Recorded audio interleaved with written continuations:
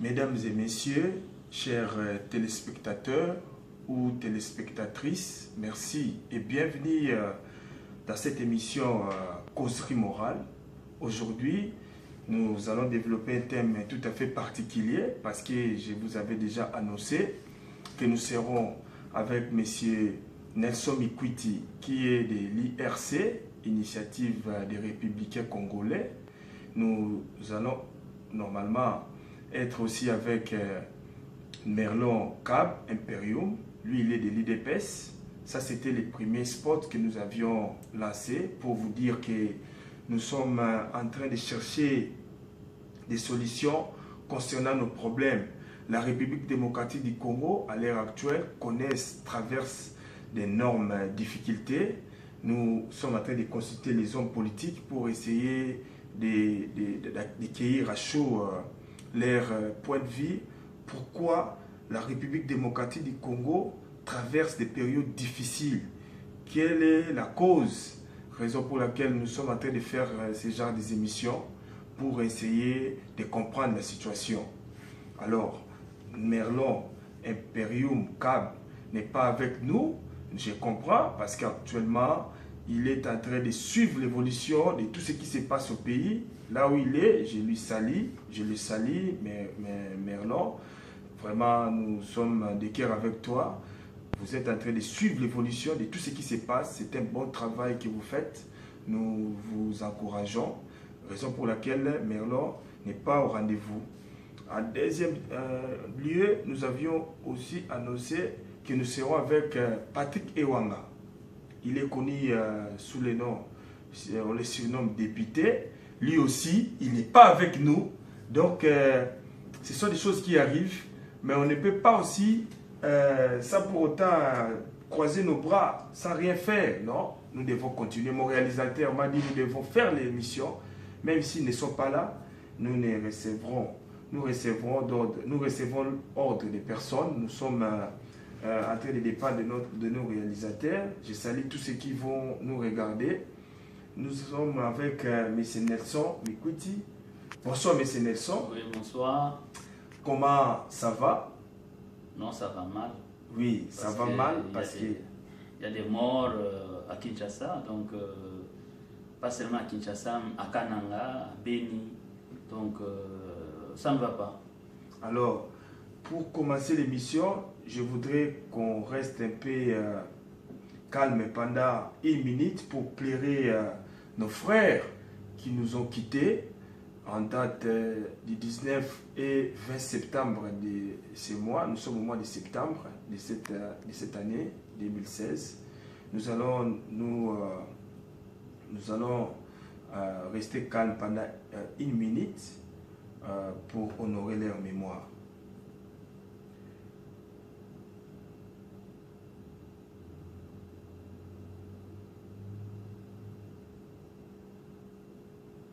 Voilà, je crois que tout le monde connaît la situation actuelle qui prévaut en République démocratique du Congo. D'abord, si vous pouvez rappeler aux gens, parce qu'il y a ceux qui ne savent pas qu'est-ce qui se passe, est-ce que pourriez-vous rappeler aux gens qu'est-ce qui se passe actuellement en République démocratique du Congo? Oui, nous avons une situation malheureuse en République démocratique du Congo. Les pouvoirs en place veulent rester au-delà de la Constitution, de ce qui est prévu à l'article 64 de la Constitution, et raison pour laquelle la population, avec le rassemblement, se sont opposés et ont organisé une marche pacifique pour enfin d'obtenir la date pour les élections pour permettre une transition du pouvoir pacifique en République démocratique du Congo. Mais malheureusement, le pouvoir en place a ordonné à ces policiers de tirer à bout portant pendant la manifestation et nous avons beaucoup de morts et c'est ça qui est la situation dont nous déplorons. Donc, chers amis, actuellement, il y a une main de fer entre les pouvoirs en place en République démocratique du Congo et la population. Normalement, il y a une confusion. Les gens n'arrivent pas à comprendre la situation. Alors, nous sommes en train de questionner les hommes politiques pour qu'ils puissent nous expliquer en fait qu'est-ce qui se passe. Alors, M. Nelson, selon vous, à qui la faute? Est-ce que c'est selon les gouvernants ou les gouvernés? La faute, c'est au gouvernement. Donc le gouvernement, c'est qui gouverne, parce que c'est à eux qu'incombe la responsabilité et le devoir de protéger la population et ses biens.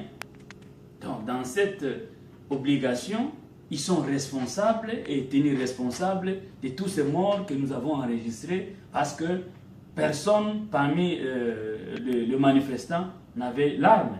L'arme se trouve, comme toujours, entre les mains de policiers et les militaires. D'ailleurs, les militaires qui ne sont pas censés être à côté de manifestants, les militaires les placent dans le champ de bataille. Qu'est-ce que les militaires viennent faire dans les quartiers de Massina, à Petro-Congo, à Njili, à Kimbanseke, à Lemba? Le militaire en armes dans une ville, ça devient un champ de tir, ça devient une zone de guerre. Oh, la guerre, c'est à l'est. Jusqu'aujourd'hui, le pays est occupé à l'est, mais nous voyons les militaires à Kinshasa en train de contrôler porte à porte pour arrêter les jeunes gens qui se retrouvent aujourd'hui dans les lieux d'incarcération non connus, des lieux d'incarcération non conventionnels. Donc, lorsqu'il y a une manifestation, les gens qui sont au pouvoir, c'est-à-dire le gouvernement, a la charge de protéger les manifestants. Bien sûr. Un gouvernement responsable pour protéger les manifestants. Lorsqu'il y a des failles, directement la faute doit être incombée aux membres du gouvernement, directement. Bien sûr, parce que c'est eux qui gouvernent le pays, c'est eux qui ont le pouvoir. Ils ont le pouvoir de protéger la population. Raison pour laquelle nous leur demandons de démissionner. Nous le voyons sous d'autres cieux. On a vu au Gabon, le ministre de la Justice, quand il a vu que ça n'a pas marché, il a démissionné parce qu'il s'est dit, voilà, je n'ai pas fait mon travail, je dois démissionner. Mais chez nous, ce qui nous étonne, personne n'a la culture de pouvoir démissionner lorsqu'il a failli à ses fonctions. Normalement, le ministre de l'Intérieur, les vice-premiers ministres, le ministre de l'Intérieur, les gens ont toujours des postes 2, nous ne savons pas pour quelle raison, devraient aujourd'hui dire, monsieur, il y a des morts, écoutez, on a tiré par le ventre, par le cœur, les gens ont des mains coupées, les intestins dehors, le cœur dehors. Il devrait démissionner. Mais... Et grave encore, c'est un professeur de l'université, M. Vary Bouchard. Donc, il a failli et il doit démissionner. Vraiment, chers amis, les choses que nous sommes en train de dire ce soir, ce sont des choses qui se sont passées à peine 2 ou 3 jours. C'était lundi et mardi. Dans la ville, en République démocratique du Congo, dans des grandes villes de la République démocratique du Congo. Vraiment, pour ceux qui vont nous suivre, nous sommes en train de parler de l'actualité de la République démocratique du Congo. Et nous sommes en face de nous. Nous avons invité M. Nelson, qui est analyste politique, qui est en train de nous expliquer la situation. Parce que, normalement, les gens doivent comprendre qu'est-ce qui se passe en République démocratique du Congo. Alors, M. Nelson, si normalement les peuples réclament les élections, parce que normalement en République démocratique du Congo, nous devrions, les Congolais devraient aller voter aux urnes le 19 décembre, disons. Est-ce que, comme la Commission nationale indépendante, la CENI, Commission électorale nationale indépendante, n'a pas convoqué les élections et la personne qui est en charge de cette commission, M. Corneille Nangaa, a évoqué quelques difficultés. Il a fait part de certaines difficultés dans lesquelles cette commission est en train de vivre. Selon vous, est-ce qu'il a raison ou il a tort? D'abord, il faut situer le problème de la RDC selon le contexte actuel. Est-ce que Corneille Nangaa est réellement le président de la Commission électorale nationale indépendante? La réponse est non. Corneille Nangaa n'est qu'une marionnette. Le vrai président de la Commission électorale nationale indépendante, c'est Vary Bouchard, ministre de l'Intérieur. Donc Corneille Nangaa n'a rien à dire, ni rien à faire. Tout ce qu'il ne peut faire, que c'est qu'on lui a donné sur papier, monsieur, voici la ligne de conduite que tu dois suivre. Donc il faudra comprendre qu'en RDC, nous n'avons pas un pouvoir démocratique. C'est là où les gens ne comprennent pas. Nous avons un pouvoir issu des armes. Kabila n'a jamais été élu. Je n'essaie de vous le faire comprendre.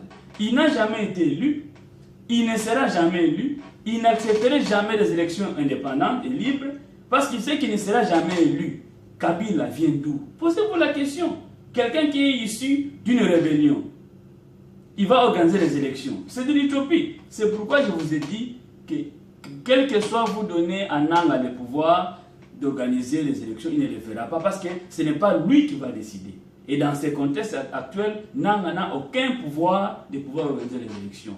Raison pour laquelle le pouvoir a volontairement, d'une manière délibérée, il faut parler, permettez la tautologie, fait les choses de telle sorte que nous arrivons au-delà ou dans une période où on se dit c'est impossible d'organiser les élections cette année. Tout cela pour pouvoir permettre à Kabila de glisser ou d'aller au-delà de son mandat calmement. Donc c'est une histoire organisée par les pouvoirs. Toutes ces manœuvres dilatoires ont été faites afin de permettre le glissement ou de les rendre effectifs dans notre pays. C'est tout. Ok, ça les gens ont compris.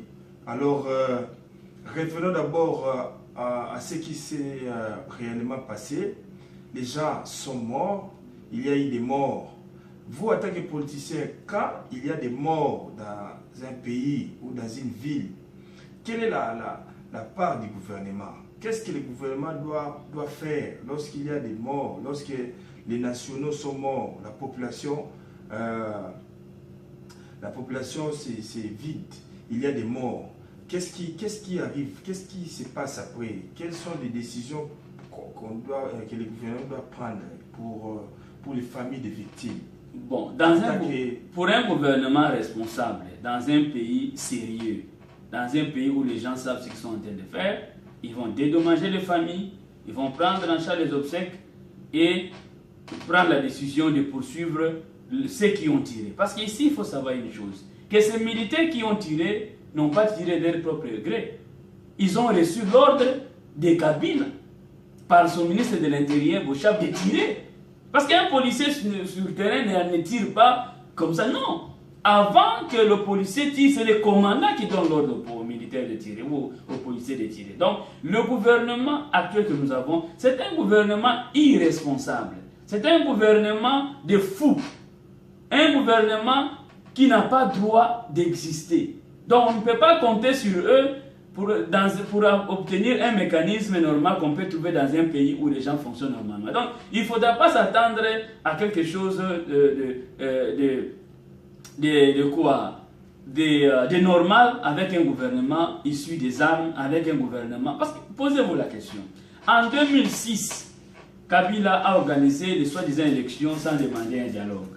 En 2011, il a organisé les élections comme il savait ce qu'il était en train de faire, il n'a pas exigé les dialogues. Pourquoi exige-t-il un dialogue en 2016? Ce sont des questions que nous devons nous poser. Premier élément. Deuxième élément. S'il voulait bien organiser les élections, pourquoi attendre les dernières minutes pour pouvoir donner à commencer l'enregistrement des électeurs? Tous ces éléments montrent qu'il a fait volontairement, d'une manière délibérée, pousser les choses à la dernière minute pour qu'on dise que voilà, on n'a pas assez de moyens et le temps ne nous permet pas, on n'a pas de moyens matériels ni financiers pour pouvoir organiser les élections. Maintenant, la question que je pose est celle-ci, la troisième question. Mais l'argent qu'on donne aux rebelles, les Kundabateurs ont reçu des millions de dollars pour arrêter la guerre. Boston Tangana a reçu des millions pour arrêter la guerre. L'argent qu'on a partagé dans les bateaux, Mokia a reçu sa part. Qui d'autre est là? Steve Mbikai a reçu sa part. Vital Kamerhe a reçu sa part. Même nos amis, je pense, ont reçu leur part. Cet argent pour corrompre les hommes politiques, où est-ce qu'on le trouve? Et on ne sait pas trouver l'argent pour organiser les élections. Donc tu vois qu'il n'a pas une volonté claire pour pouvoir amener les gens aux élections, parce qu'il sait qu'aux élections, il ne peut pas gagner. Donc, voilà, en bref, une réponse à ce sujet. Donc, c'est une volonté manifeste du pouvoir en place de ne pas organiser les élections dans les délais pour permettre à Kabila de rester au pouvoir au-delà de son mandat. J'ai retenu quelque chose. Vous dites que lorsque les gens perdent leur vie et les familles des victimes doivent être dédommagées. Donc, si je comprends bien, il y a des chiffres il y a des chiffres qui ont été toujours, qui ont circulé dans les médias. Tantôt on parle de 12 millions, tantôt on parle de 13 millions. Bon, c'est tout à fait clair. Donc, si nous comprenons bien, l'État congolais doit dédommager 12 millions, puis les gens qui viennent de mourir lundi et mardi, 12 millions. Bon, il y a aussi des chiffres qui sont controversés. J'ai choisi seulement ça. Donc 12 millions et 100 personnes que l'État congolais normalement devrait dédommager.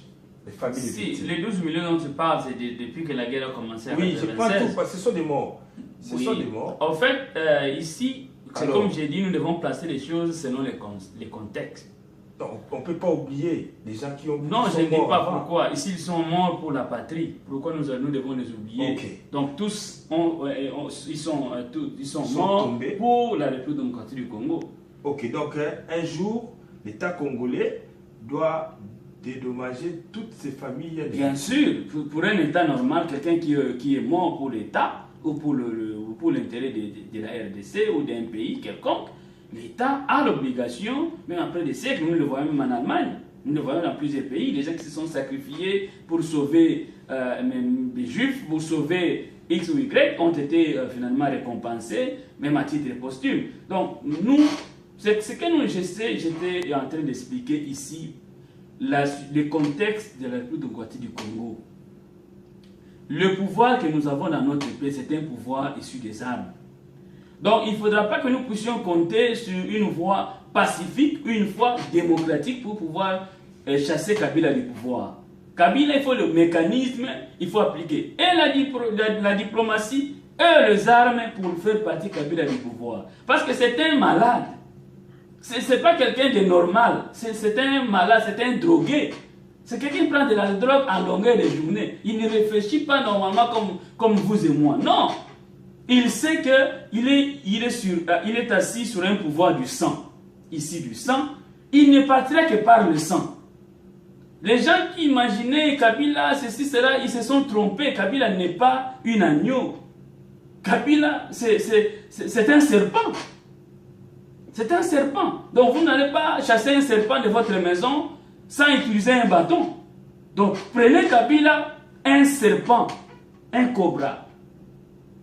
Il ne pourra être chassé de la RDC comme notre maison en utilisant le bâton. C'est ça, Kabila.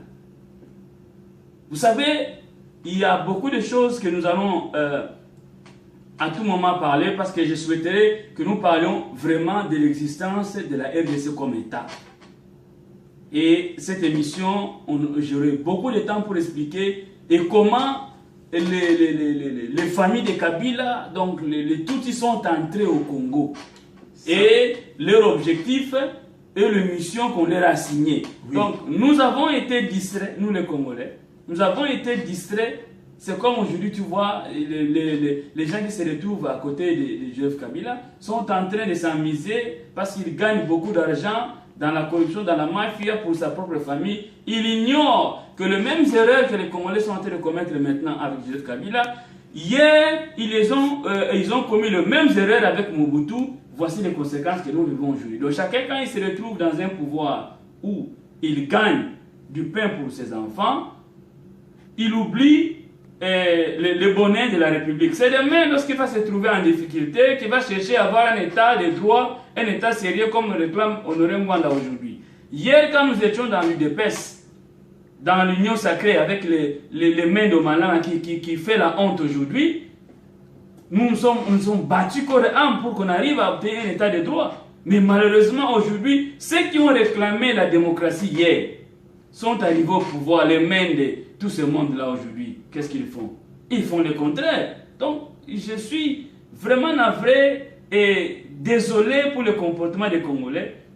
Et c'est de cette manière que la Belgique est en train, ou avait déjà imaginé, qu'il fallait trouver une pièce d'échange en lieu et place des Congolais pour prendre la direction de la RDC. Vraiment, nous allons y arriver, mais comme nous sommes en deuil, parce que lorsque nous sommes en train de faire déjà des émissions pareilles, chers amis, ce n'est pas pour soutenir ou être contre quelqu'un ou un groupe de gens, non. Mais nous sommes des Congolais, nous sommes en train de réfléchir sur ce qui se passe dans notre pays. Vraiment, prenez ça dans ce cadre, parce qu'il y a beaucoup de gens qui sont mal intentionnés, qui comprennent toujours mal les démarches de certaines personnes, de certains Congolais, qui, si par exemple ils veulent véhiculer un message, ils comprennent ça mal, ils prennent ça mal. Vraiment, je vous demanderai de ne pas vous mêler, de ne pas vous jeter dans la confusion. Vraiment, ne soyez pas confus.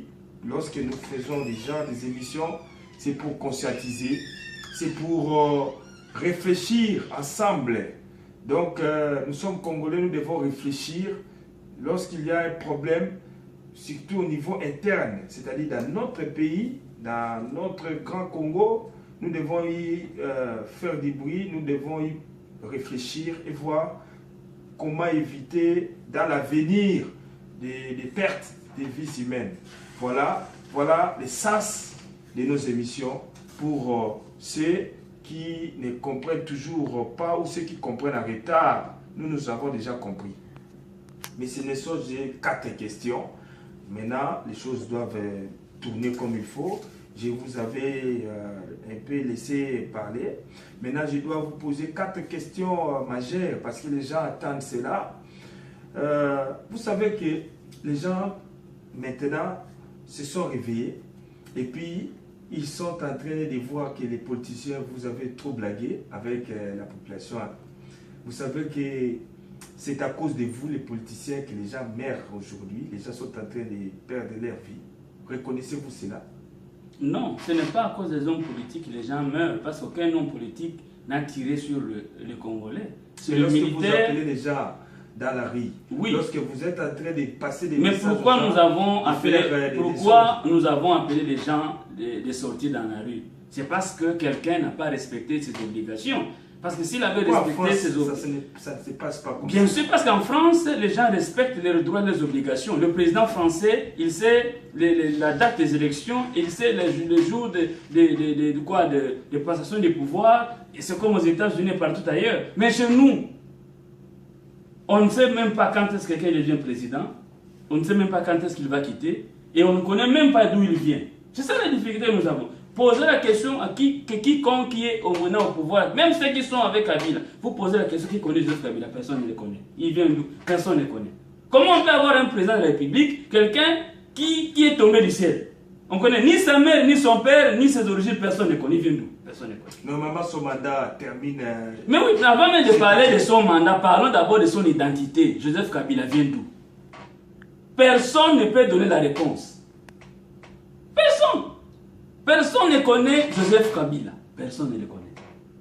Répondez d'abord à ma question. Je vous ai posé une question claire.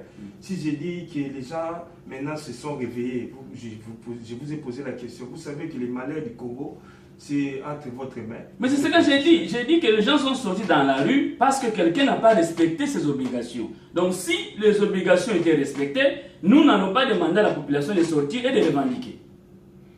Donc notre revendication est légitime parce que quelqu'un n'a pas respecté la Constitution qui est le livre d'or, la Bible comme la Bible pour les chrétiens, la Constitution est le livre d'or pour tout citoyen congolais. Voilà. Ok, donc je crois que vous ne voulez pas me répondre, donc vous avez jeté la balle à la Constitution, pas de problème, j'avance. Non, mais toute société est régie par les textes. Nous fonctionnons sur base des textes. Même aujourd'hui, vous allez à l'église, on fonctionne sur base des textes. N'importe où vous allez, on fonctionne sur base des textes. Les textes disent que les élections doivent être organisées à partir du mois de septembre. Et déjà comme ça, on doit commencer Les élections présidentielles doivent être le 19 novembre et le président doit quitter le 19 décembre. Les dates sont déjà précisées, mais lui n'a pas fait son travail. Ok, on continue. Alors, ma deuxième question, parce que normalement, vous avez parlé de la Constitution. Alors, lorsque les gens qui sont au pouvoir ne respectent pas la Constitution, qu'est-ce qu'il faut faire maintenant? Qu'est-ce que la population peut faire? Voilà, maintenant, qu'est-ce que les textes nous disent? Qu'est-ce que la Constitution nous dit? Que lorsque le président de la République qui est en exercice de son pouvoir, lorsque son mandat arrive à terme, il doit organiser les élections autant de jours avant. Et à la date, donc d'abord commencer l'enrôlement des électeurs, et puis organiser les élections au mois de novembre, et au mois de décembre, il y a passation du pouvoir. Mais maintenant, lorsque lui n'a pas fait son travail, la Constitution que tu as la main nous donne le droit de défier quiconque. La Constitution nous donne le droit de défier quiconque qui refuse d'obéir à la Constitution, qui qu'il soit. La Constitution nous donne ces pouvoirs-là, raison pour laquelle nous revendiquons. C'est comme ça que je t'ai dit. Donc moi, je ne vois pas la responsabilité d'un homme politique dans une marche de revendication basée ou fondée sur la Constitution. Si la Constitution ne nous avait pas donné le droit, on n'aurait pas faire des marches pacifiques. Deuxième élément. Peut-être que les gens n'ont pas compris. Kabila préparait déjà un coup d'État. Il savait très bien qu'à cette date ici, je ne vais pas organiser les élections et je vais m'imposer par les armes. Parce qu'il a tenté d'avoir la modification de la Constitution. Ça n'a pas marché. Les gens ont... Tu te souviens du 19, le 20, le 21 janvier, qu'est-ce qui s'est passé? Avec la fosse commune de Maloko, qui a suivi après. Pourquoi il y a fosse commune de Maloko? C'est parce que les gens ont revendiqué le 19, 20, 21 janvier, toujours revendiqué quoi? Le même problème. Il a fallu changer la Constitution, les gens se sont ripostés et ça nous a mené à des morts. Aujourd'hui encore, ça nous amène à des morts. C'est parce que lui ne veut pas suivre la loi fondamentale qui est la Constitution. Il n'y a pas une autre raison que ça. Et nous demandons encore une fois à ceux qui ont placé Kabila au pouvoir. Moi, j'insiste sur ça. Kabila n'est pas devenu président de la République du Congo par lui-même. Kabila a été choisi par un groupe de gens, par les puissances pour être là. Moi, je demande, nous au niveau de l'initiative des Républicains congolais, nous demandons à la communauté internationale, nous demandons aux multinationales qui ont placé Kabila au pouvoir de venir reprendre leur candidat. Que nous ne voulons pas de lui, nous n'avons aucune information suffisante sur sa personne, nous ne savons pas, c'est un ange ou c'est un démon, nous ne savons pas, qui veulent récupérer leur candidat. C'est tout. Parce que je sais et je confirme qu'il n'y aura jamais élection indépendante ou transparente en Afrique. Le cas du Gabon nous renseigne. Congo-Brazzaville nous renseigne. Le Tchad, on n'en parle même pas. Où c'est encore la Côte d'Ivoire, tous ces pays africains, les Cameroun, les opposants, ils n'existent même plus. Il les a tous tués. Donc, tous ces pays africains ne fonctionnent que sur base des royaumes. Alors, pourquoi parler des élections? C'est pourquoi nous, au niveau de l'initiative des Républicains congolais, nous sommes contre le concept démocratie. Nous sommes contre le concept indépendance. Ce sont des concepts qui sont venus pour troubler l'ordre de l'avenir ou de l'épanouissement des Africains. La preuve en Angola, on n'en parle même plus des élections. On ne sait même pas s'il y aurait élection en Angola. Congo-Brazzaville, le général Moukoko est en prison. Je reviens sur ça. Donc, c'est pour dire que, pour nous, au niveau de l'initiative des Républicains congolais, nous sommes contre le concept démocratie et contre le concept d'indépendance dans les contextes actuels. Pour nous recommandons aux Congolais qu'on retourne sur la table avec les Belges pour que le Belge revienne au Congo. Qu'on nous enlève le nom Kinshasa. Permettez, je vais terminer par là. Kinshasa, qu'est-ce que ça signifie? Personne ne sait ce que signifie Kinshasa.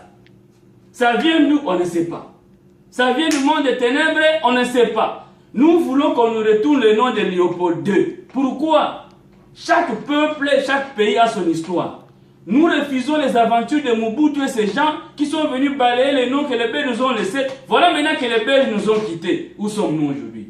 Nous avons des présidents dont on ne connaît pas les sources ni les origines. Je vous ai laissé tout votre temps parce que normalement, vous devriez sortir tout ce que vous avez.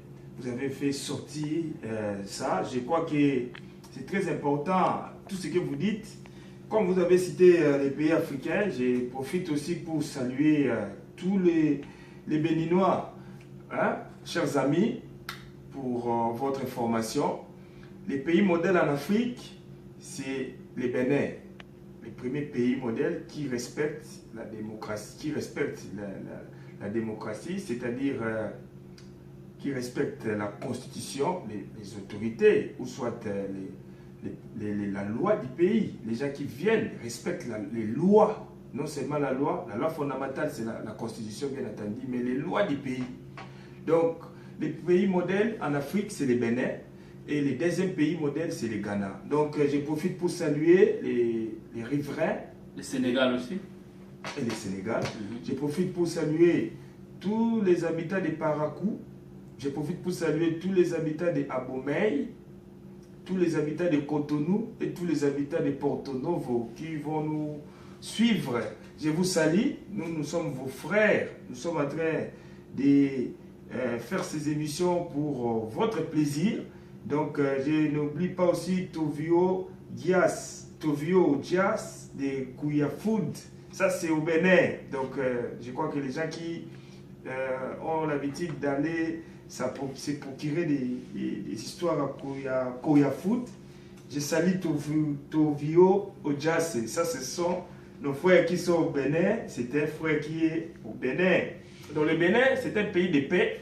Le Bénin, c'est un pays où les étrangers sont en sécurité. Alors revenons au problème du Congo, parce que le Congo c'est un pays béni par Dieu, c'est un pays des gens braves, des gens qui sont forts. Les Congolais sont des gens qui sont forts et courageux. Je salue tous les peuples congolais, tous les peuples quinois, tous les quinois, je vous salue. Nous sommes en train de parler de la politique. Les thèmes normalement, je devrais développer avec M. Nelson, c'était Tokomi Wapi, n'a pas politicien. En français, où sommes-nous avec les politiciens à l'ère actuelle? Où sommes-nous arrivés avec les politiciens? Donc ça, c'est la traduction littérale. Alors, M. Nelson, vous avez dit que les peuples ont le droit de choisir ses candidats par les élections. En cas où les élections ne sont pas organisées, donc le peuple peut en prêter d'autres voix.